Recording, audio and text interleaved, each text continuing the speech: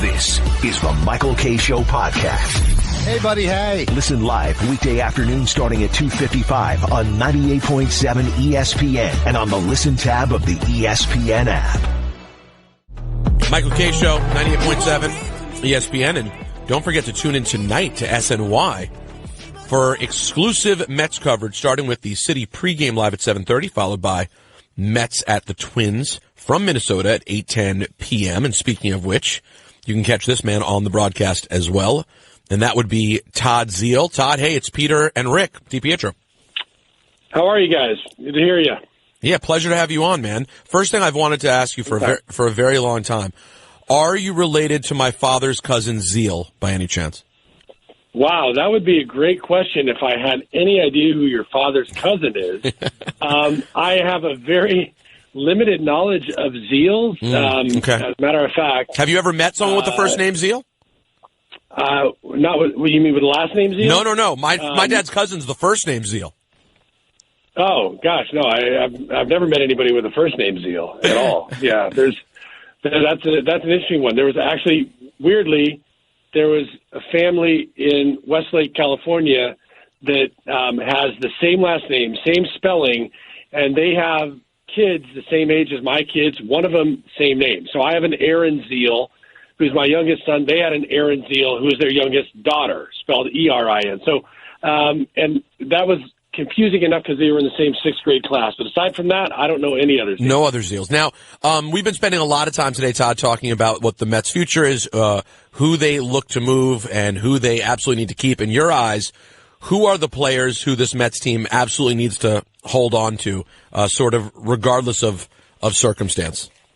Well, I think there's four that are probably pretty obvious. I mean, Jacob, who's now assigned here long-term. I would say Conforto, McNeil, and Alonso. The core of those guys are, I would think, pretty untouchable. I would say that Noah Syndergaard, I would have thought was, more in the middle ground, but I think the Mets would probably be better off trying to hang on to Noah to kind of solidify that rotation, especially with so much discussion about Zach Wheeler being, very much on the trade block and being dangled around. So let me ask you a question, though. I understand with the IL and rules and everything else, but if you know that you're probably not going to trade, like you just mentioned, you're probably not going to trade Syndergaard, you're not going to trade DeGrom. Wheeler seems like, the asset that you would trade and get the most back.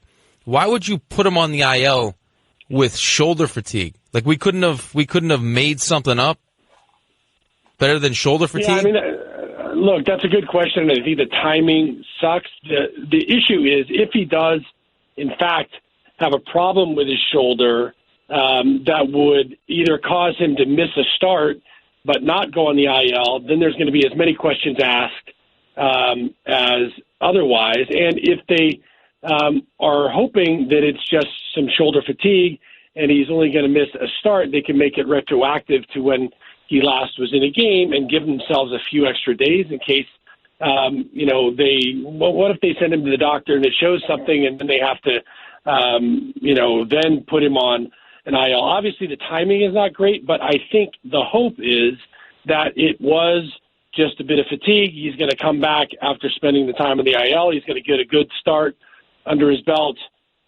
before the deadline rolls around. And if he's still Zach Wheeler throwing 98, 99 miles an hour with a good curveball and some command, then I think most of the teams will be back in while they're just sitting on the sidelines waiting to see results of any procedures that are taking place right now. Todd Zeile joined us here on the show. Todd, at some point it looks like Frazier could be dealt, Vargas could be dealt, but at some point, I mean, can we get Jeff McNeil a position in the infield? I mean, do we have to see him trying to figure it out in the outfield? I mean, the guy's trying to win a batting title, and he can't find a regular position here in the infield for the Mets. No, I hear that. I think if you told that to Jeff McNeil, I think he would challenge that assessment because I think in a lot of ways he feels comfortable in right field, maybe even more comfortable in right field than he does in left field because it's more similar to the angles off the bat as a second baseman.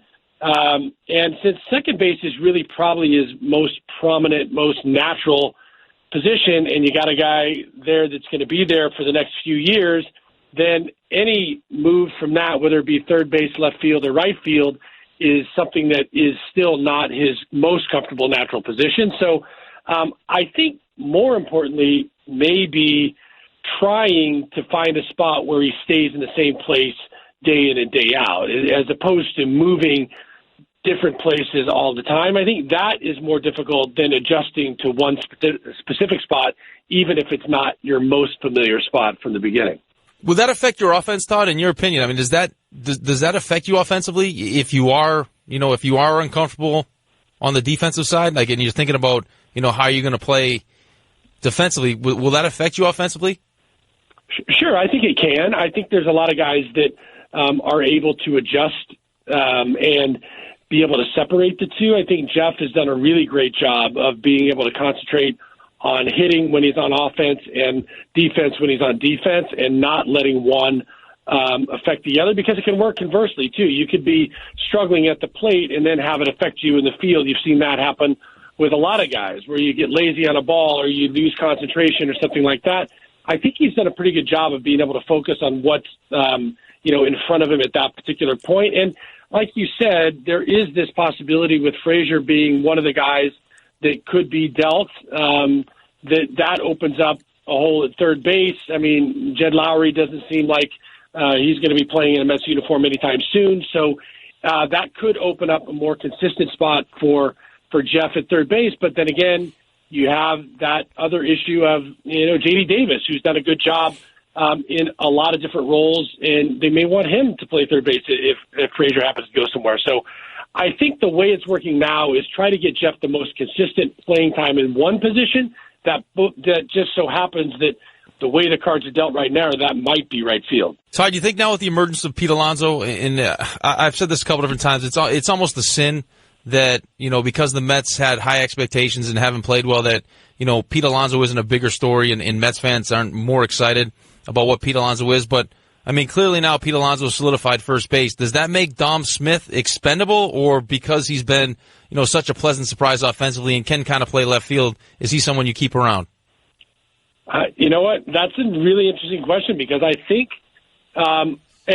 Pete Alonso has solidified himself as, not only a great slugger, but he's a good hitter. He's an RBI machine, and he's more than adequate at first base defensively. So I think he's really done a great job of really solidifying his spot here. And he has gone somewhat overshadowed at times when he's had big games, and there's been other things to talk about, like a bullpen giving up a lead or something to that effect. So that part of it has been a bit of a disappointment from that perspective of focus. However, having said that, Dom Smith has been a great story this year. He came in not thinking that he was even going to make the team. He comes north. He does a great job pinch hitting. He fills in, does a great job defensively. He does a good job in his starts. And now he looks very comfortable in left field. So I think Mickey is thinking, hey, I want this guy in the lineup more than not, and I don't mind him out in left field. So it's done two things. It's given the Mets an option to have a guy that they still have under control, that they thought had good prospect a couple of years ago, that, a lot of people gave up on, but now his value is back up. So he becomes not only a very good potential trade chip, but he's a guy that they have control on, that they could keep in that left field spot for the next couple of years. And I think they've refunked the way they're looking at Dom Smith, and I think they want him to be a part of this fabric of this core team going forward. Talking with Todd Zeile of SNY on the Michael K. Show on 98.7 ESPN. And Todd, speaking of Pete Alonso, who we just mentioned, we've had a lot of conversation recently about just how great his season has been and the fact that he has not gotten the same sort of spotlight that Aaron Judge received a couple of years ago. Is that as simple as the difference between the Mets and the Yankees in the New York media and public eye, and the fact that the Mets they've been disappointing this year, or is there something else to it in terms of Pete Alonso's celebrity? No, I think it's probably a combination of the fact that there's been other stories, and sometimes not as, positive, glowing stories as both McNeil and Alonso, quite honestly, with this club. So I think from that perspective, he's been overshadowed at some point. But at the same time, Judge just a few years back was doing something that nobody had done, since the likes of Mark McGwire. Now, since it's been done more recently, meaning the rookie home run record, what Pete is kind of shooting for is something that was more recently attained. There's a lot of balls flying out of the ballpark, and I think some of it just gets discounted by the way the home runs have been coming in such huge abundance this season. But as a guy that watches the Mets on a day-to-day basis, as a guy that's a fan of this organization, I love watching Pete Alonso go about his business, play hard every day, exceed expectations defensively, and be a kid that still has great, insightful things to say, but like a kid playing the game for the first time, still as a rookie that's attaining these great feats. Todd, as someone, that prided himself on his defense in a team, in the New York Mets that was built around its starting pitching, I have a hard time believing that when Brody and the analytics department and everyone else looked at this team defensively, said to themselves that this was going to be good enough to support this pitching staff. You have a catcher now that Syndergaard and DeGrom don't want to throw to. Rosario looks like he's going to get moved to center field. Cano has limited range at 36. And we were sold Lagares was going to be the Gold Glove center fielder, but he can't hit, so he hasn't been he hasn't played. Conforto's been in center. Isn't it based that up the middle defense is supposed to be strong when you're built around starting pitching? Yeah, absolutely. I think you're right about that. I think that there has been, Ramos came in knowing that they at least thinking that he would be, he'd be a step up on a defensive side, but he'd be a big boost offensively. He's been productive offensively. I think that some of the receiving issues that he's had at times over the course of the season and not throwing out runners has exacerbated the spotlight on the catching situation. But I think at the same time, there was considerable, thought that we'd have Jed Lowry at third base. There was more question marks regarding Frazier and whether he was going to get playing time over there. Cano, I don't think was thought to be, have slowed down that much. He still had Gold Glove caliber hands. I think with more limited range. I think Rosario was thought to be making a step up in his defensive prowess and not sort of stay neutral. And then you forget about the fact that, Nimmo was expected to be at the top of this lineup and playing one of the outfield positions, if not center field, for most of this season, giving a little bit better range and a little bit more, relief to Conforto, and now what ends up being McNeil or Dom. So a lot of dominoes have fallen to put this defense out there in the way that it is. And I think the reality is the Mets have had to make a decision to try to get the best offensive team on the field that they can, foregoing some of those defensive challenges, and hope that the starting pitching gets them deep enough into a game that their offense can outslug the opponent and make up for some of the woes that the bullpen has faced this season. All right, last one to make. We only have a couple seconds, Todd. Just last couple games, Robinson Cano looks like he's kind of snapped out of this. Please, because Mets fans need to hear this because he's here for the next 4 years. Is this him coming around and we can expect better things here in the second half?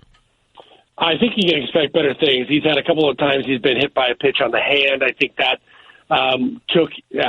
took a little out of his swing. I think his bat speed was a little bit slower with that. I've seen really good life out of his hands. I'm actually going to talk about it tonight on the pregame show. I think you've seen some life come back into his hands. All right. Well, Mets fans will certainly be hoping for that. Todd, thank you so much for making time.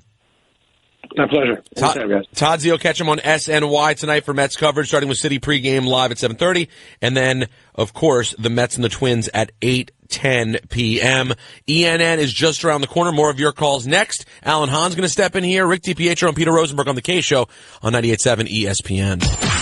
Thanks for listening to the Michael K. Show podcast. Don't miss Michael, Don, and Peter weekday afternoon starting at 2:55. The show's popping on 98.7 ESPN and on the Listen tab of the ESPN app.